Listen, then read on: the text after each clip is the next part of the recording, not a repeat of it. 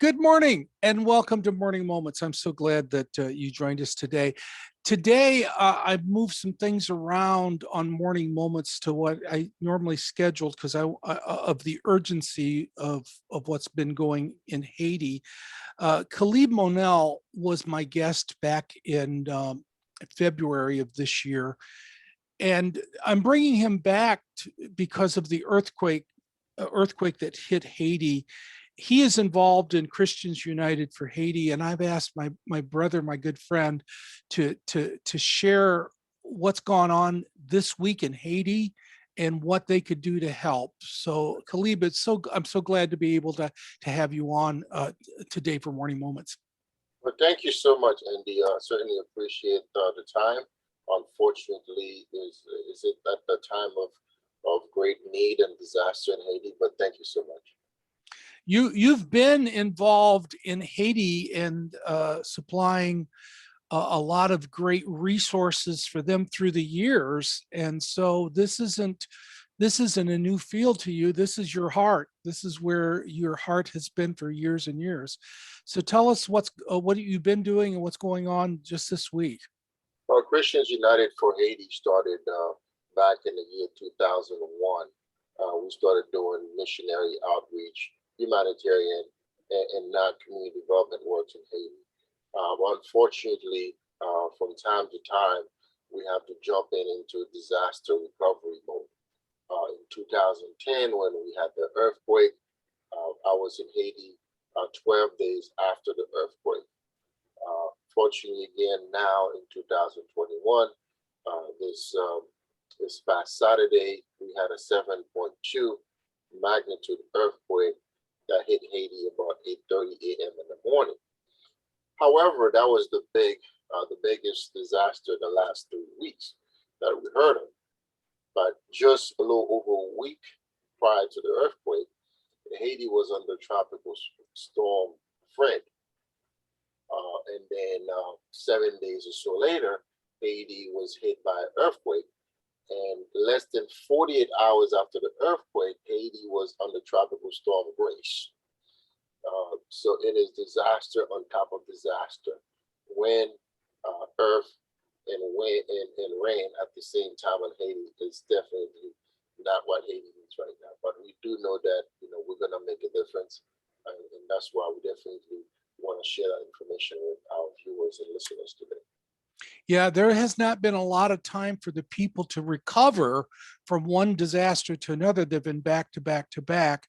And that's one of the reasons. As soon as when I got some information about you, I says I really need to get this on as soon as we can, because I believe there's some people out there that can help, Yes. and and you need financial help more than anything right now to get supplies there. Is that correct? Absolutely. We have, according to the latest numbers that they know of, because there's a big difference in Haiti, numbers that they know and numbers that they don't know. About 1.2 million people were affected, including 540,000 children, and over 1,900 people died, and over 7,000 people injured. These are the numbers that they do know, but now keep in mind that roads are destroyed, communication line does not really exist in certain remote areas. So some numbers doesn't get to the authorities to be reported. So people just do the best they can to handle the disaster. So today, what we are doing in Christians United for Haiti, we are shipping some humanitarian items there, and we're gonna be going there to help with the team, just like we did in 2010. So we encourage people to pray, but we encourage also people to reach out and support our efforts, because we do need folks that can provide the relief efforts on the ground right now, because the folks needs the humanitarian and also anything that they help them to survive to make it through, such as tarps, tents, generators, first aid kit stuff, and some quick meal to sustain them. Keep in mind that they got hit by the earthquake on Saturday, and then 2 days of rain on the tropical storm.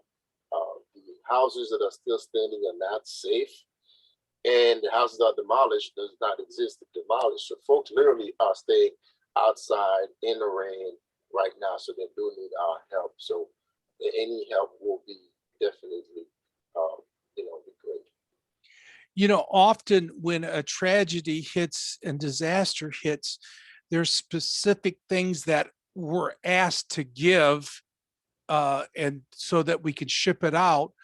But Calherbe has done this before. He's been involved in this before, and they know the resources they need to get and gather. So they've already have a list of what they need, as he's mentioning. So what they need is the resources to get what they've already collected and what they will collect to get it there. And that's what we're asking today, that you look and see, what can I give financially? No gift is too small, and no gift is too large, because we need to collectively do this, to help the folks in Haiti that's been hit with one disaster after another. Yes, and absolutely, because now we're looking at, we got to quickly get them some kind of shelter. So they'll need some building of their place, which will take longer, but at least some sustainable tent or tarp to keep them, covered for the moment while the debris been removed and things been rebuilt. So that's going to be a long-term process. So this is just the beginning, and I know we all together in this. So I want to encourage you to look at this as, this is an opportunity to be a blessing to somebody in Haiti that's currently right now. Now, correct me if I'm wrong, when there's an earthquake, they can't just move back to where they were, because that building still may be unstable. Correct. And so there many times it looks like their house is okay, but it still may be structurally damaged, and the risk of collapse is still there if somebody was inside it. So these folks become homeless. So therefore we need to build shelters for them. So it's an ever growing need. Is that correct? That is, and you're looking at, right after the earthquake, they were under tropical storm. So those damaged houses now, they're being soaked in with water. So now it's representing a greater danger because it may collapse at any time. The second thing also, they've been having aftershocks for one after the other since Saturday. So it hasn't stopped for the last 3 days. So therefore, it is not safe to go in any house that looks like it's okay with the different damages and cracks on it. And of course, the houses are completely being flattened and nothing they can do. So you're looking at the entire destruction. But where we want to start right now is providing the relief, getting the tarps, getting the tents, getting the generators, getting the first aid kit, getting some stuff that can clean the water, getting some medication right now, especially with the kids. Okay, this is the beginning of a process that we all know that we're going to engage in because we've done it before. We're going to do it again. Good, good. The humanitarian effect, the efforts is what we're looking at, not just the infrastructure and construction. Right now, we're interested in humans, folks, and God's interested in humans. God's children in Haiti are suffering, and God wants you to reach out and do something about it. So I'm going to put down in the comment section the how you could give. We've got some of that information down below. We're going to put that there. You could get a hold of Calherbe, and he's going to give you his contact. We're going to give you his contact information, and you're going to say, hopefully you'll say, hey, you've touched my heart. I have something I want to give, want to do for you. And there's, we need people that will take action now. And I know Morning Moments has been a show that's been the purpose and the design to be a word of encouragement in these changing times. But there can be no greater encouragement right now than to physically give to this cause. Absolutely. Absolutely. Right now, the first move is to save those that we can save and keep alive those that we can keep alive. And again, we're talking about quick intervention, humanitarian relief. with the primary things that they need, medical stuff, and then of course shelter, and of course food.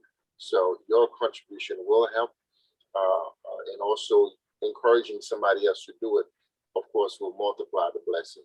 So, Indy will share our information. Feel free to share it with others in social media and whatnot, and we'll be thankful and grateful for your support. When we see tragedies on television, you think, well, what can I do? Well, here's something you can do. And I want you to really uh, uh, reach into your pockets and say, what can I do? Let's do something now. Let's just make something happen now. Uh, and God's going to bless you, pressed down, shaken together, and running over. Yes. And all of you can't go to Haiti and be there, but you can go with your support. I've often heard this said that 2/3 of God's name is go, and and so we're supposed to go. Well, the way that we could go is through financial support. We're going to keep Caleb in prayer and his ministry to reach these folks who are desperately in need, but also pray for the country of Haiti in this time of disaster.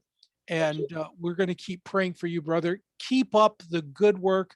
And I am so glad that you took the time today to be on this Morning Moments to help people be aware of what you're doing and how they could help.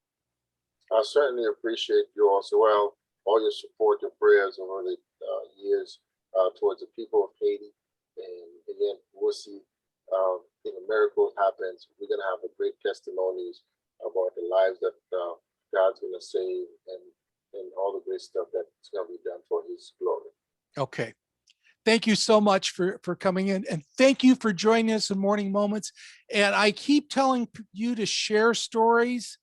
This is a story you all need to share on your Facebook page so that more and more people can find out how they can give and how they can help help out these disasters. Thank you so much, Khalid. Thank you, Andy. All right.